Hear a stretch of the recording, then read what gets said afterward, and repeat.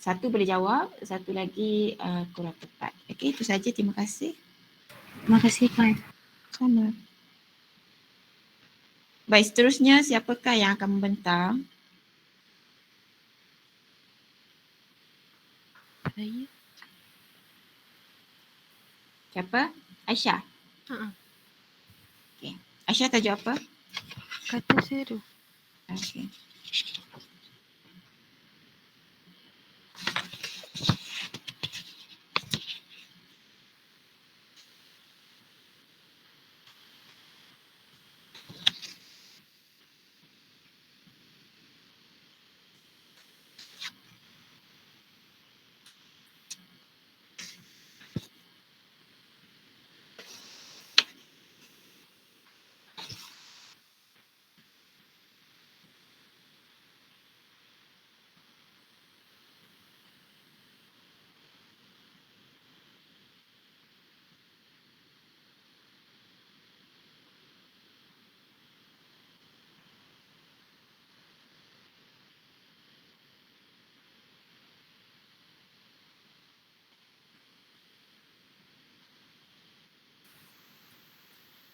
Sekejap madam. Okey. Lepas ni sila bersedia kata perintah. Berikat. Nak okey. Okay. Okey.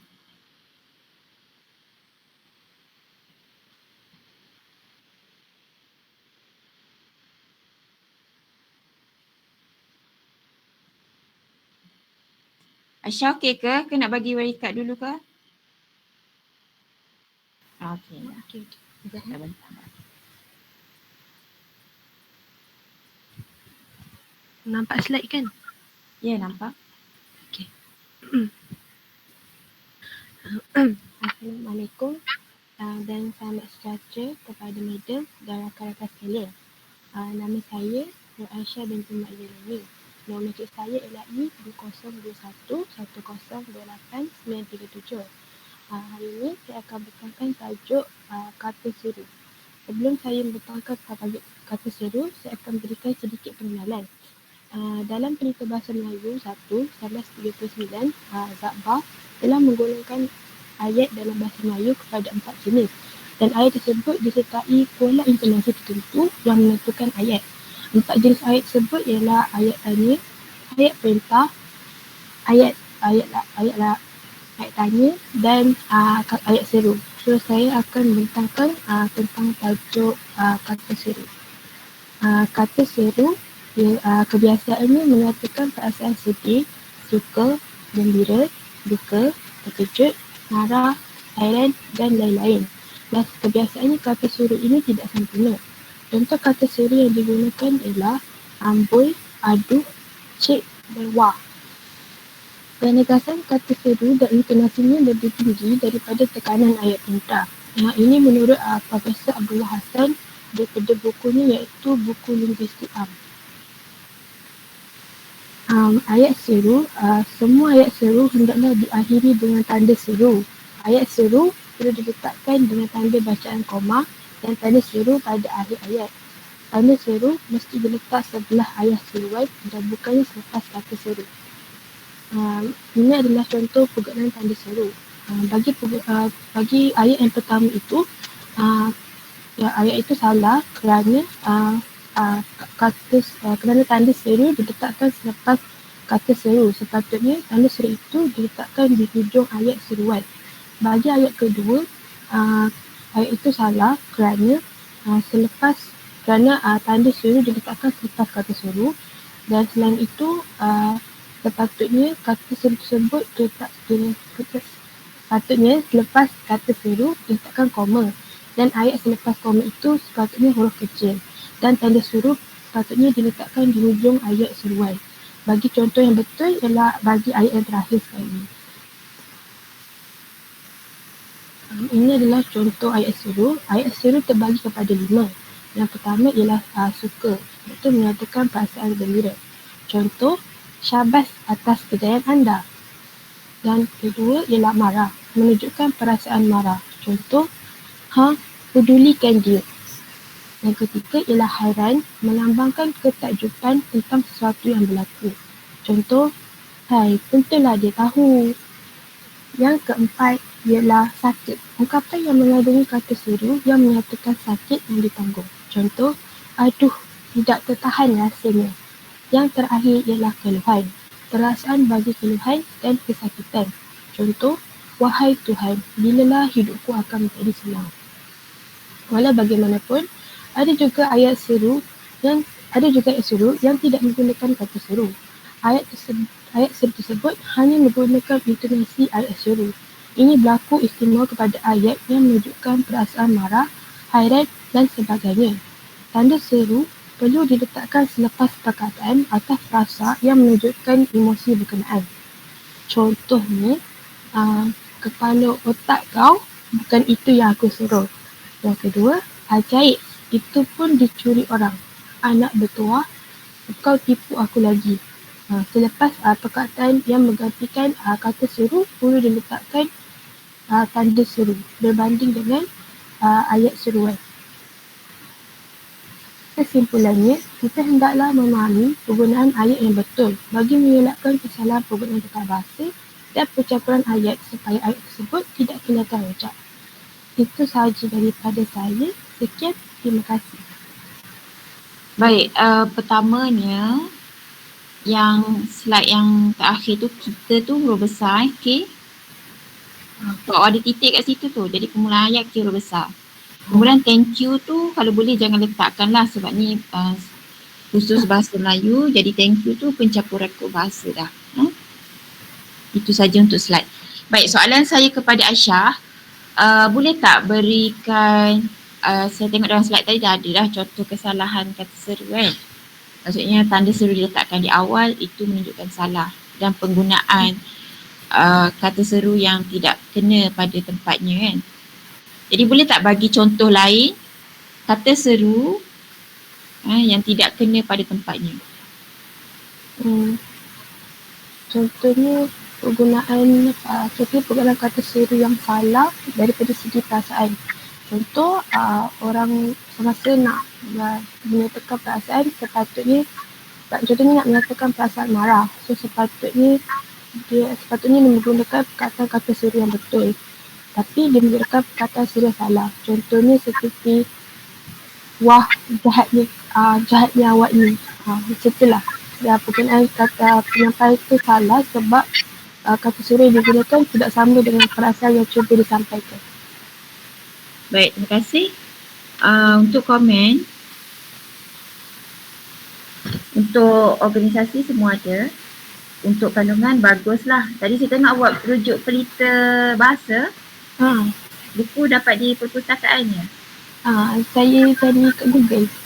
Okay. Boleh je lah untuk gambar walaupun dia agak lama lah Dan untuk bahasa tidak ada masalah. Penyampaian pun saya kira anda menyampaikan dengan baik.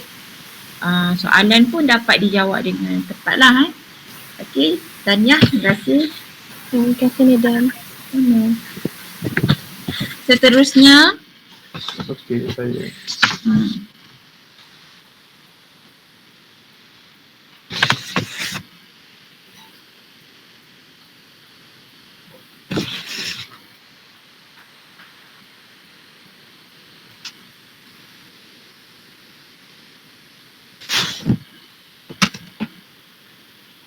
Kamera dah buka ke?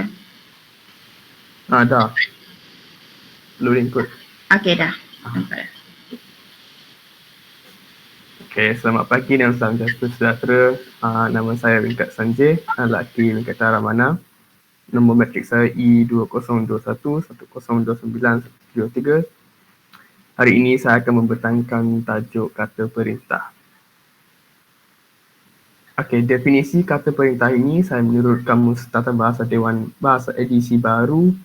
Kalau tak silap ini pada tahun 2004. Kata perintah ialah perkataan yang bertujuan untuk menimbulkan sesuatu tindak balas.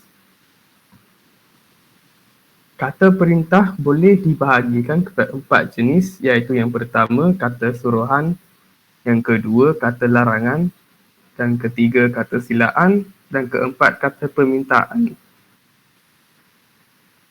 Kita tengok pada kata suruhan dulu. Kata suruhan ialah kata yang diucapkan dengan tujuan memberikan perintah atau arahan.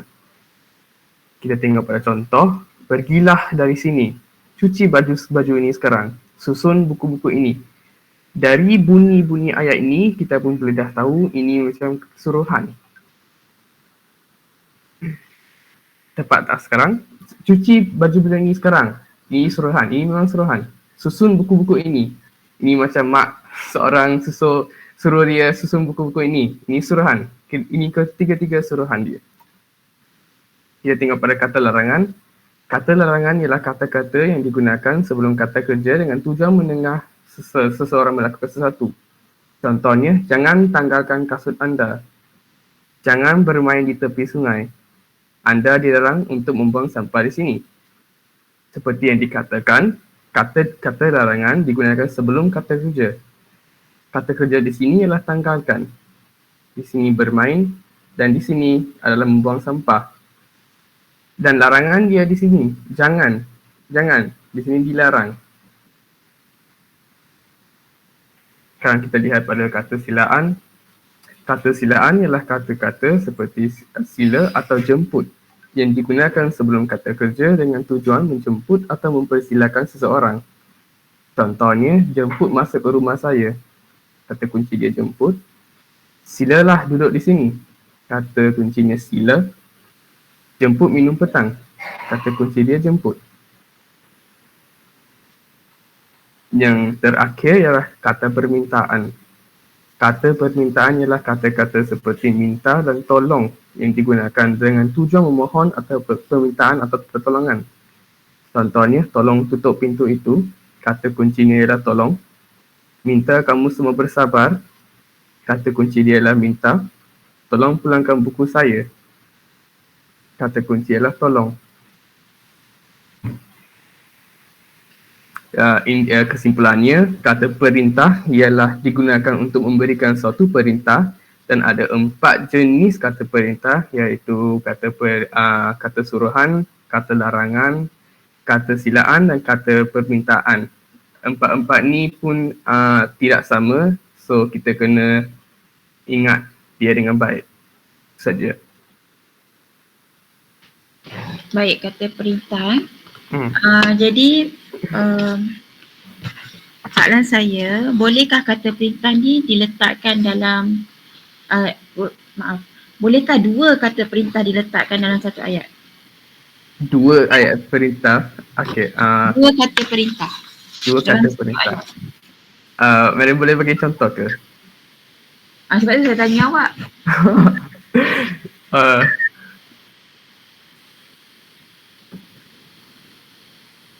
Tak. Kenapa?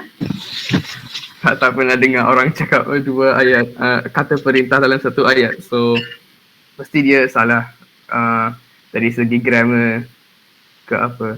Yang dekat perpustakaan tu kita selalu dengar tolong jangan bising.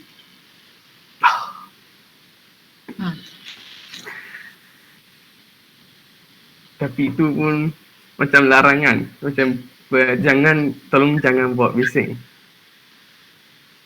Macam dia minta you jangan bising.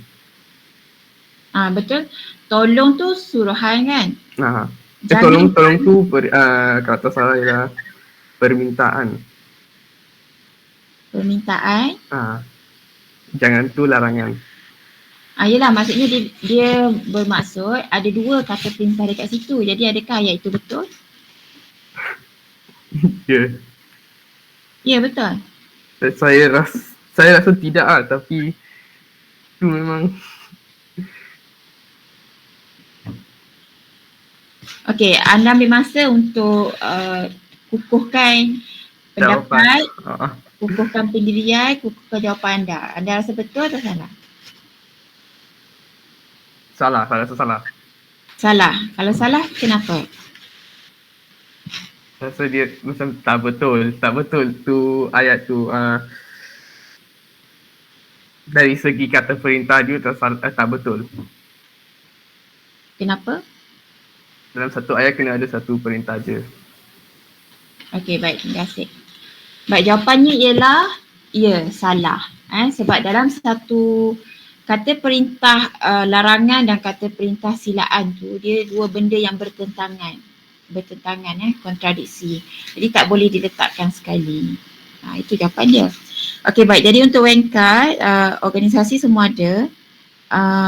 Untuk kandungan semua ada jugalah, maksudnya baiklah, ada definisi semua tu kan.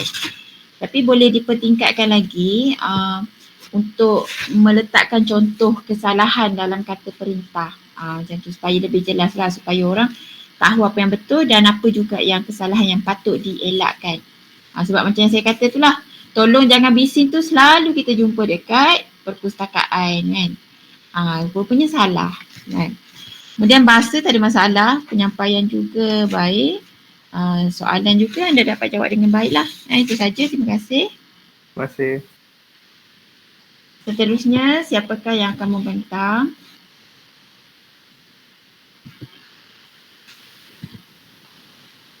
Patrick? Ya, Puan. Silakan. Okey.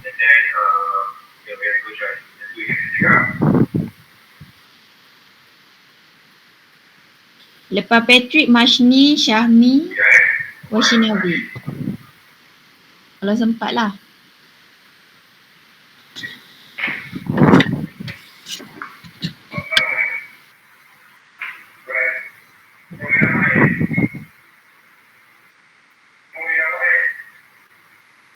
Sorry Puan, kamera saya ada masalah, dia tak dapat buka dia.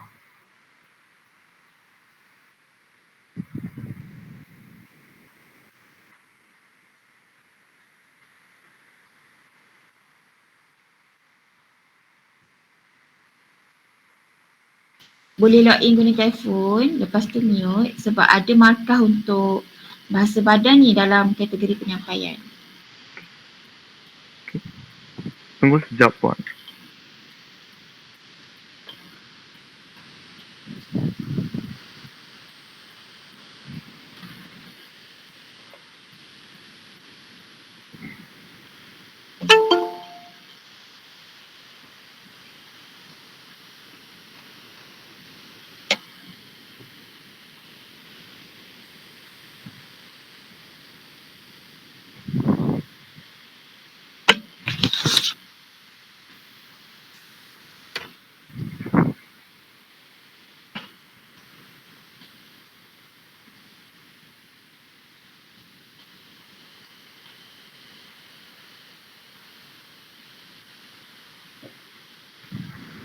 Selamat pagi dan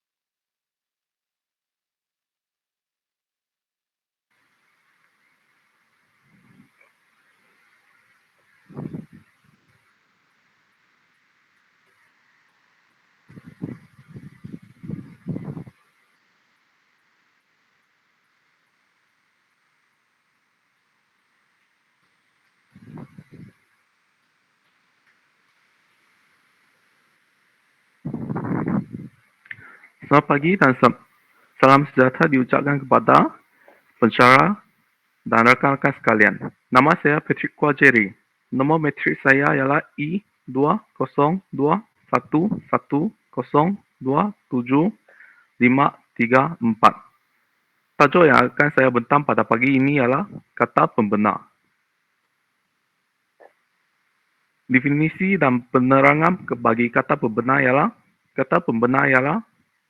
perkataan yang digunakan untuk mengesahkan sesuatu pernyataan. Kata pembenar yang selalu digunakan ialah ya, betul dan benar. Contoh kata pembenar dan contoh ayat. Contoh ayat bagi ya adalah ya, buku itu kepunyaan Ramli.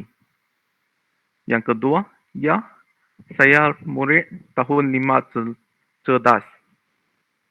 Contoh ayat bagi betul adalah betul, benda hidup memerlukan oksigen. Contoh ayat yang kedua, betul, mereka telah memenangi pertandingan itu. Contoh ayat bagi benar adalah benar, harga rumah itu sangat murah, sangat mahal. Contoh ayat yang kedua adalah benar, dialah yang melukis lukisan itu.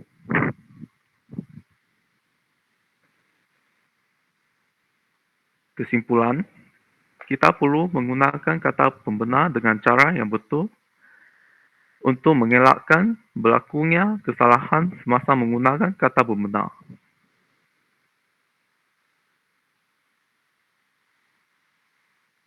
Sekian, terima kasih. Okey Patrick, satu pembentangan yang ringkas lah. Saya nak tanya, kata pembenar ni, dia mesti, kenapa wujudnya kata pembenar? Maksudnya dia sebelum seseorang itu memberikan kata pembenar ya, memang semua tu, apakah ayat yang diutarakan kepada orang tersebut?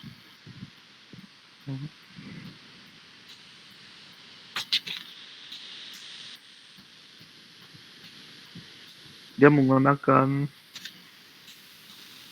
kata bunyi macam oh. Kata apa? Kata bunyi oh. Macam ni. Kata pembenar oh. Maksudnya kan contohlah saya dengan awak tengah bercakap. Okey. Lepas tu saya buat apa? Ayat apa yang saya cakap. Lepas tu awak jawab dengan kata pembenar. Jenis ayat apa yang saya cakap? Jenis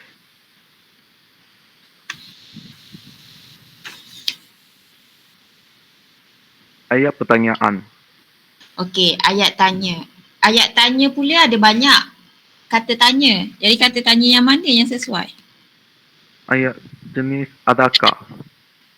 Itu yang saya nak dengar. Okey, baik. Betul. Baik Patrick, jadi untuk organisasi semua ada. Okey, walaupun sikit. Kandungan tu sebenarnya banyak lagi lah yang boleh dihuraikan Maksudnya anda kena macam memanglah kata pembenar ni sikit tapi anda boleh lagi kreatif perbanyakkan kandungan, contohnya macam yang kata ayat anda beritahu yang kata pembenar ni biasanya bagi menjawab ayat tanya adakah. Contohnya adakah kamu pergi ke sekolah hari ini? Jawapannya selalunya orang akan beritahu ya, saya pergi ke sekolah. Macam tu. Okey? Untuk bahasa tak ada masalah lah sebab anda jaga bahasa anda. Untuk penyampaian boleh dipertingkatkan lagi dari segi penerangan tu. Dan untuk soalan dah dapat jawab dengan baik lah, cuma nak jawab tu perlukan sedikit bimbingan. Okey, itu saja. Terima kasih. Terima kasih Puan. Sama. Seterusnya ialah Mashni.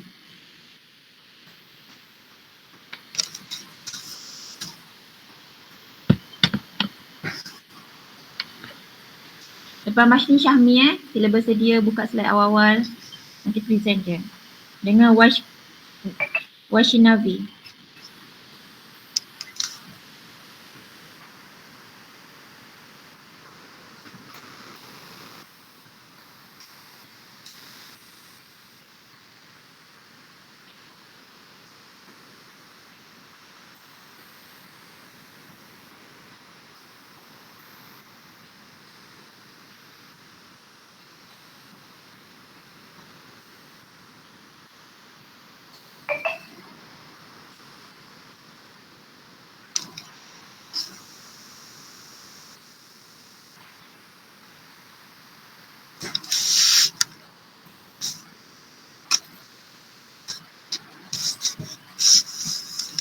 Puan boleh nampak slide saya tak?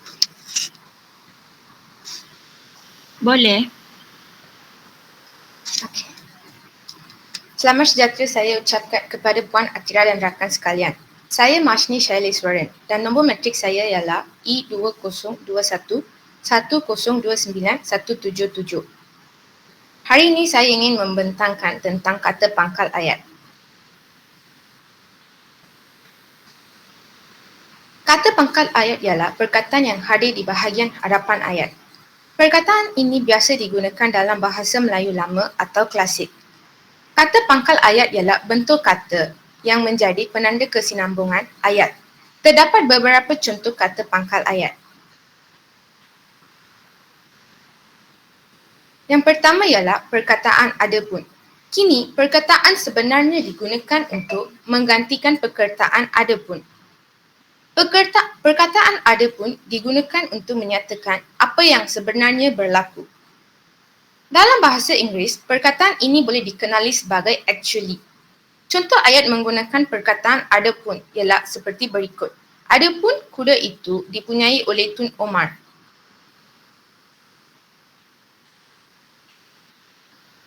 Seterusnya perkataan Al-Kisah. Kini perkataan begini ceritanya dan menurut cerita digunakan untuk menggantikan perkataan Al-Kisah. Perkataan Al-Kisah digunakan untuk menerangkan sesuatu perkara atau peristiwa yang telah berlaku. Dalam bahasa Inggeris pula, perkataan "This is how the story begin" boleh dikenali sebagai perkataan Al-Kisah. Contoh ayat yang menggunakan perkataan Al-Kisah ialah seperti berikut. Al-Kisah, tidak beberapa lama kemudian, hamillah permaisuri. Selanjutnya, perkataan Arakian. Perkataan moden yang digunakan untuk menggantikan perkataan Arakian ialah selepas, selanjutnya dan akhirnya. Perkataan ini digunakan untuk menyatakan sesuatu peristiwa yang berlaku selepas berlakunya apa-apa perkara. Dalam bahasa Inggeris pula, perkataan ini dikenali sebagai after that. Contoh ayat bagi perkataan Arakian ialah seperti berikut. Arakian, bersemayamlah baginda di istana baru.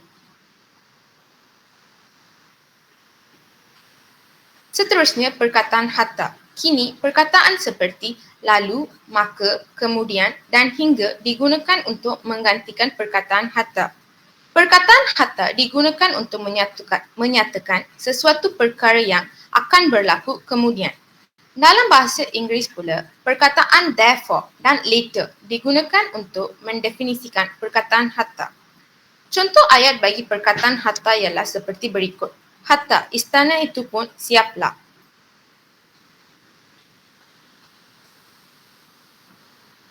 Seterusnya, perkataan kalakian. Kini, perkataan ketika itu digunakan untuk menggantikan perkataan kalakian. Perkataan kalakian digunakan untuk menyatakan sesuatu perkara yang sedang berlaku pada masa tersebut. Dalam bahasa Inggeris pula, perkataan at that time digunakan untuk mendefinisikan perkataan kalakian. Contoh ayat bagi perkataan kalakian ialah seperti berikut. Kalakian, berlakulah permusuhan antara kedua-dua kerajaan. Seterusnya, perkataan maka. Kini, perkataan seperti seterusnya, selepas itu, kemudian, lalu dan oleh itu digunakan untuk menggantikan perkataan maka. Perkataan maka digunakan untuk menyatakan sesuatu perkara yang akan berlaku kemudian. Dalam bahasa Inggeris pula, perkataan therefore digunakan untuk mendefinisikan perkataan maka. Contoh ayat bagi perkataan maka ialah seperti berikut. Maka, panglima itu pun diberi persalinan. Seterusnya, perkataan syahadan. Kini, perkataan seperti selanjutnya, lalu, adapun dan setelah itu digunakan untuk menggantikan perkataan syahadan. Perkataan syahadan digunakan untuk menyatakan sesuatu perkara yang akan berlaku nanti. Dalam bahasa Inggeris pula, perkataan then digunakan untuk menggantikan perkataan syahadan. Contoh ayat bagi perkataan syahadan ialah seperti berikut. Syahadan, baginda pun berangkatlah meninggalkan Melaka.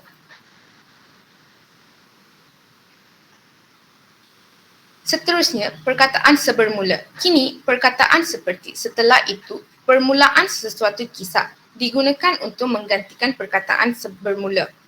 Perkataan sebermula digunakan untuk menyatakan sesuatu perkara yang telah berlaku pada permulaannya. Dalam bahasa Inggeris pula, perkataan at the beginning digunakan untuk mendefinisikan perkataan sebermula. Contoh ayat bagi perkataan sebermula ialah seperti berikut. Sebermula berburulah baginda bersama-sama hulu balangnya. Akhir sekali, perkataan kendati pun. Kini, perkataan seperti walaupun, meskipun, biarpun digunakan untuk menggantikan perkataan kendati pun. Perkataan kendati pun digunakan untuk menyatakan sesuatu perkara yang telah berlaku walaupun tiada peluang untuk berlakunya. Dalam bahasa Inggeris pula, perkataan even though digunakan untuk mendefinisikan perkataan kendati pun. Contoh ayat bagi perkataan kendati pun ialah seperti berikut. Kendati pun rumah itu dipasang jeriji keselamatan, pencuri itu berjaya memecah masuk juga. Kesimpulan untuk pembentangan saya ialah, saya telah membentangkan tentang kata pangkal ayat. Kata pangkal ayat merupakan perkataan yang digunakan dalam bahasa Melayu klasik dan pengguna bahasa Melayu zaman kini semakin hari semakin mengabaikan perkataan-perkataan ini. Saya berharap semua orang akan mengamalkan penggunaan kata pangkal ayat pada masa yang akan datang. Sekian sahaja pembentangan saya pada pagi ini. Terima kasih. Baik, Majni kekalkan slide awak tu. Saya nak komen slide tu sikit. Ya puan? Kekalkan slide tu. Buka balik. Baik, anda bentangkan tentang kata apa tadi? Kata pangkal ayat. Baik, apakah beza kata pangkal ayat dengan penanda wacana? Penanda wacana merupakan perkataan yang masih berada dalam penggunaan. Kini ramai orang menggunakan penanda wacana. Tapi kata pangkal ayat ini mereka mula merupakan menggunakannya macam dia dah tidak dalam penggunaan. Okey, tapi kita tetap jumpa. Kita jumpa di mana biasanya? Ya puan? Kita jumpa di mana kata pangkal ayat ni? Dalam bahasa Melayu lama ataupun klasik yang bahasa istana. Okey, baik. Betul. Pergi ke slide yang paling awal pertama.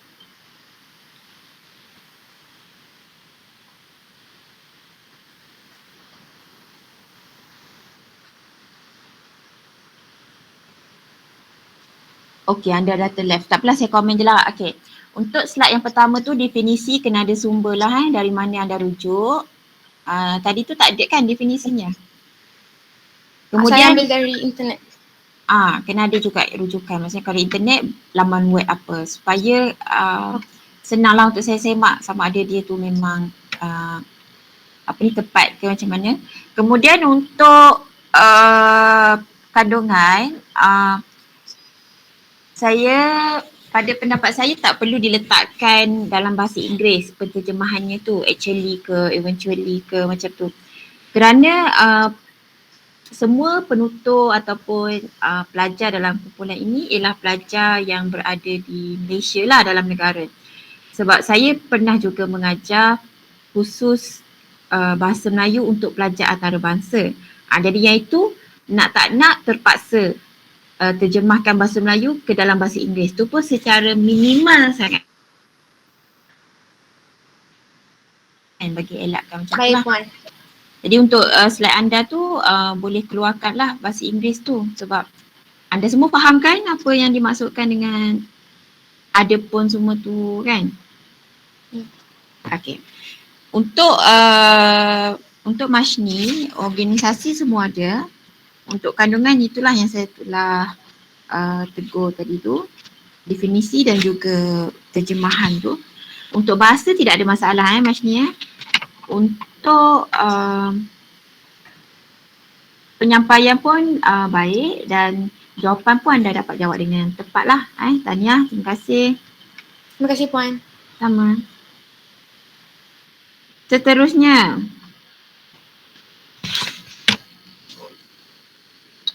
Siapa? Saya puan. Silakan. Bentar.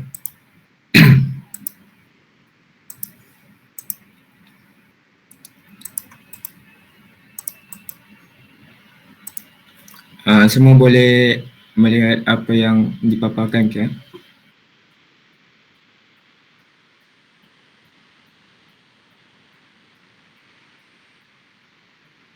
Boleh. Okey, baik. Terima kasih kerana respon. Okey. Assalamualaikum dan salam sejahtera kepada Puan Atira dan rakan sekalian saya. Nama saya Muhammad Syamil bin Rosli dan nombor ID matrix saya E202110102854. Pada hari ini saya akan membentangkan tajuk penggunaan kata bantu. Mengikut definisi Tata Bahasa Dewan edisi baru, kata bantu ini ialah jenis perkataan yang bertugas membantu frasa kerja, frasa adjektif dan frasa sendi nama, iaitu ia menimbulkan makna-makna tambahan dari segi aspek waktu atau ragam. Secara ringkasnya, kata bantu ini digunakan bagi membantu frasa tersebut untuk menimbulkan makna yang lengkap kepada ayat tersebut.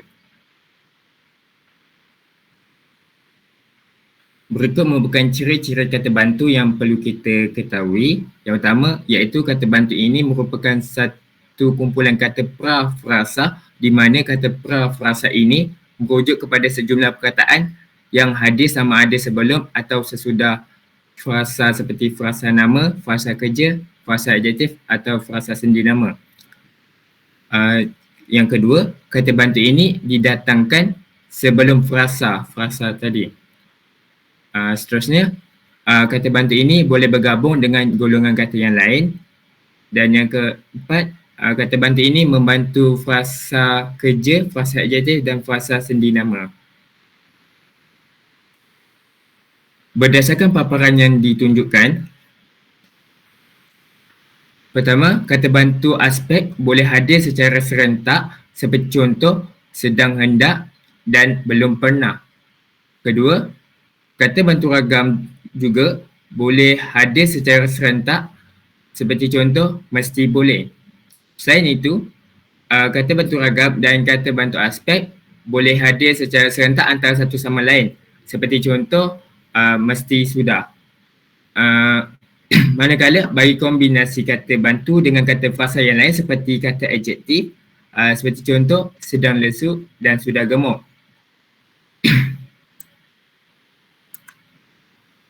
Justru itu, kata bantu boleh digabungkan antara kata penguat dan kata adjektif dan boleh saling bertukar tempat antara kata penguat dan kata adjektif. Misal contoh, masih terlalu awal atau sudah lewat sangat. Bagi perkataan terlalu dan sangat merupakan contoh kata penguat. Dan yang terakhir, kata bantu boleh juga digabungkan antara kata adjektif dengan kata adjektif. Seperti contoh, masih budak lagi.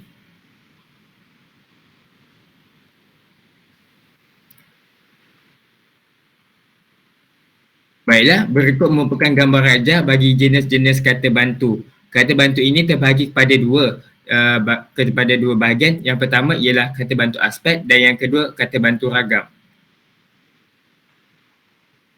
Yang pertama, kata bantu aspek. Kata bantu aspek ini digunakan untuk menimbulkan suasana perbezaan masa. Aspek masa di sini terbahagi pada tiga iaitu aspek masa lampau, aspek masa kini dan aspek masa hadapan. Contoh perkataan masa lampau yang menunjukkan peristiwa yang telah berlaku seperti pernah, telah, sudah dan baru. Seterusnya, contoh perkataan kata bantu aspek pada masa kini yang menunjukkan peristiwa yang sedang berlaku seperti contoh masih dan sedang. Dan yang terakhir, contoh perkataan kata bantu aspek pada masa hadapan yang menunjukkan peristiwa yang akan berlaku seperti contoh akan dan belum. Contoh ayat yang lengkap bagi kata bantu aspek yang pertama, ibu baru pulang dari pasar. Baru di sini membantu bagi perkataan pulang. Tanpa perkataan baru, ibu pulang menunjukkan ayat tersebut tiada macam terlalu statik. Yang kedua, beliau pernah terkenal akan penulisannya. Ketiga, adik telah berjaya melarikan diri dari bahaya. Mereka sudah mendapatkan vaksin. Seterusnya, ayah sedang membaiki motosikal. Dan keenam, dia masih belajar di Jordan. Bagi masa ini membantu perkataan belajar, di mana dia menunjukkan dia ni masih dalam keadaan dia tengah belajar, tapi negara belajar dia di Jordan. Seterusnya, Ali belum lagi menghantar rekod kehadiran. Dan yang ke-8, acara sukan tahunan akan bermula pada bulan September. Seperti yang kita tahu, acara sukan tahunan akan ada dan kita akan diumumkan oleh pihak sekolah atau pihak universiti untuk aktiviti ini. Dan acara sukan tahunan ni belum lagi berlaku, tapi akan berlaku pada hari yang telah ditetapkan. Seterusnya, kata bantu ragam. Kata bantu ragam ini menerangkan perasaan yang berkaitan dengan perbuatan. Kata bantu ragam ini terbagi kepada 4 kegunaan. Bagi perkataan hendak, mahu dan ingin menunjukkan perasaan keinginan atau tujuan. Kemudian bagi perkataan harus, mesti, perlu dan wajib menunjukkan perbuatan yang mesti dilakukan. Dan perkataan boleh dan dapat menunjukkan keupayaan seseorang untuk membuat sesuatu. Dan yang terakhir bagi perkataan mungkin menunjukkan perbuatan yang kebarangkalian atau berkemungkinan.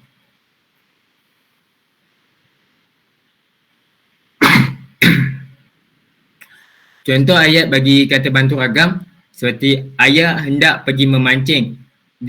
Bagi kata bantu hendak, membantu bagi perkataan frasa kerja seperti pergi. Ayah hendak pergi memancing. Kedua, ibu mahu cantik seperti dahulu. Ketiga, Pakcik Ahmad ingin menjadi seorang guru. Di sini kita boleh nampak Pakcik Ahmad pada zaman persekolahannya, Pakcik Ahmad telah menyatakan perasaan keinginan untuk menjadi seorang guru. Yang keempat, ketua kelas harus kuat semangat memikul tugas. Kelima, aku mesti ke sekolah. Keenam, Andi perlu membasuh tangan sebelum makan. Bagi perkataan perlu, di sini membantu kata bantu perlu membantu frasa kerja seperti membasuh tangan. Membasuh tangan sebelum makan. Yang ketujuh, pelajar boleh menggunakan perkhidmatan bas sebagai pengangkutan ke kelas. Ke-8, Puan Fatimah dapat mengangkat perang dapur. Dan yang ke-9, Adam mungkin selamat jika bantuan tiba.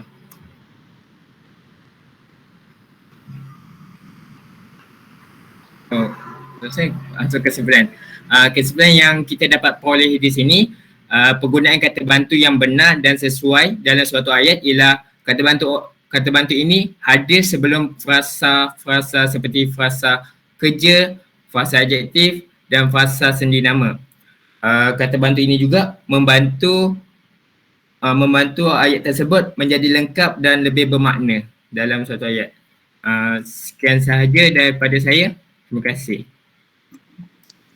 Baik, terima kasih Syahmi. Soalan saya kepada anda, bolehkah kata bantu ni hadir dua kata bantu dalam satu ayat?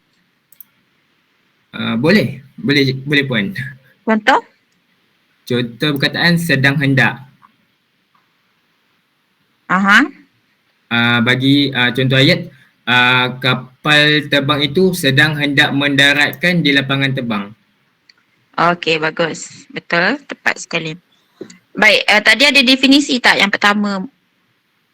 Ada mengikut tata bahasa Dewan edisi. Okey, baik.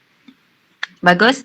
Jadi untuk Syahmi, organisasi dari awal sampai kesimpulan semua adalah pengenalan diri semua.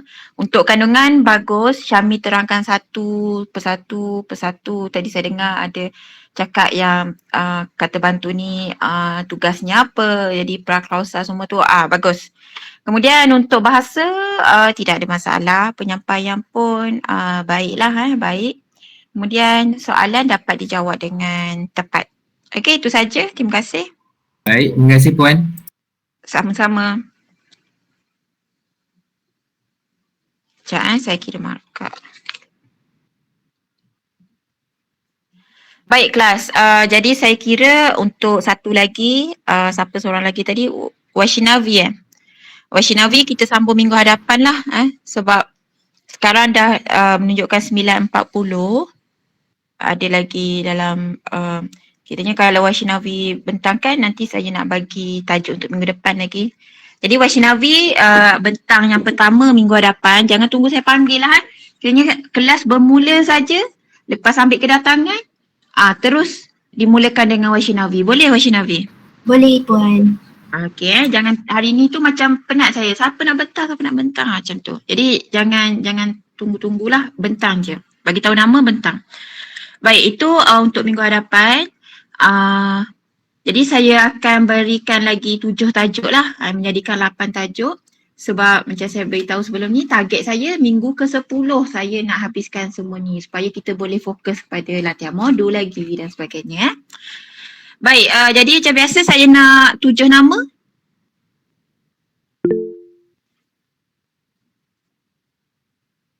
Hazimah yang pertama.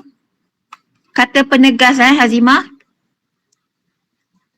Hazimah kata penegas, tolong tulis nama, letakkan di grup WhatsApp sebab macam hari ni pun bila orang senyap semua, saya pun saya pun buka je balik grup WhatsApp, tengok je balik siapa yang akan membentang. Jadi sangat bergunalah grup WhatsApp dan awak letak kat grup WhatsApp tu, jadi tolong letak Syuhada Muhammad Kamil kata Nafi. Kata Nafi hari ni Patrick bentang kata pembenar. Jadi Syuhada bentang kata Nafi. Benda tu bertentangan lah. Lagi seterusnya, baru 2 orang ni. Lagi 5 orang.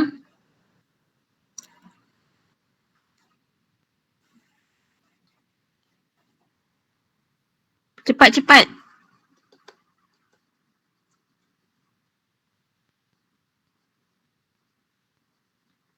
Tak ada yang nak ke?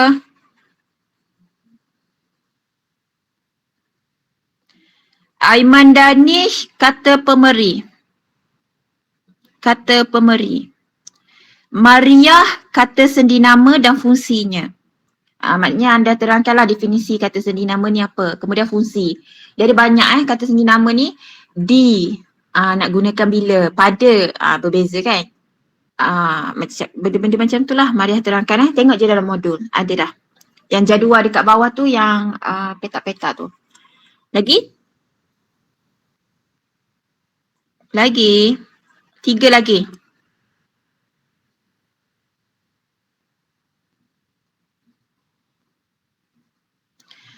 Kata penegas Hazimah, kata Nafi Syuhada, Aiman Danish kata pemeri, Mariah kata sendi nama dan fungsinya.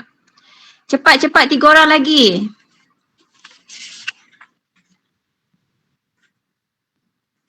Nurul Tasni ada?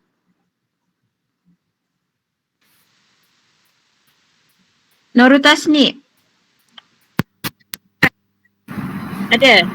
Awak minggu depan Boleh. Kata arah. Okey. Okey. Haziq Hafiz. Haziq Hafiz. Haziq Hafiz. Mana Haziq Hafiz? Left.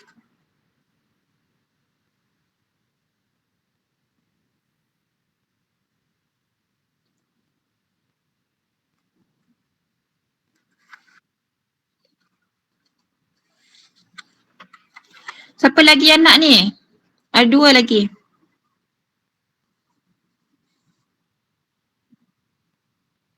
Nurin Syamimi.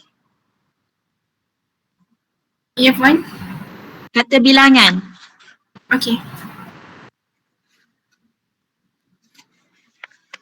Okey.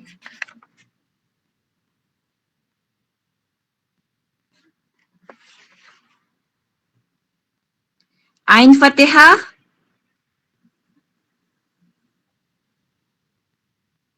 Kata adverba. Boleh? Ni adverba je dia. Okey baik. Jadi selesai untuk 7 orang. Jadi minggu depan kita mulakan dengan Vaishnavi, kemudian Hazimah dan seterusnya. Okey, itu saja untuk minggu ini. Terima kasih banyak. Sekian, Assalamualaikum warahmatullahi wabarakatuh. Yang mana masuk lambat tadi tu sila tunggulah untuk saya ambil kedatangan. Terima kasih, Madam. Terima kasih Sama. Puan. Terima kasih Puan. Sama-sama. Terima kasih Puan. Terima kasih, Puan. Terima kasih Puan. Terima kasih Puan. Oh, terima kasih yang dah tulis dalam dalam grup tu. Terima kasih Puan. Ya, sama-sama. Okey, siapa yang lambat tadi? Boleh sebut nama tak? Sebab saya punya internet ni dah habis. Rushida. Rushida lagi. Dinish Farhan. Danish, Farhan. Lagi? Zuhai. Muhammad Zuhai. Zuhai. Syukri Puan. Syukri. Hazira apa ni? Nur Hazira apa? Nur Hazira binti Sabidi. Binti? Sabidi. Sabidi. Okay. Lagi? Aina Farhana. Aina Farhana. Syahmi. Syahmi lagi. Sharon. Sharon. Lepas tu? Rushida, Danish Farhan, Zuhai, Syukri, Hazirah, Aina Farhana, Syahmi, Sharon Ain apa ni? Ain Fatihah. Okey, lagi Ikma dah ada. Lagi? Itu saja? Okey, boleh left. Terima kasih Puan. Terima kasih Baik, terima kasih Puan. Terima kasih Puan.